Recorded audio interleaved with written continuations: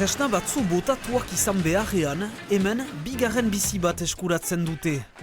Jantzi, muble, basera edota etxe tresna elektroniko, maiatz erditsutan Aiba elkarteak errobilgunea idekidu itxasun.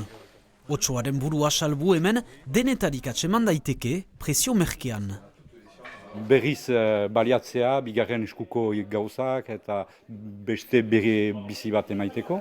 Hor badugu helburu sozial bat, zinez bai hemen elkarrekin aritzeko, baita ere presio apala emaiteko jendeak, baita ere ekipatzeko beharretan direnak.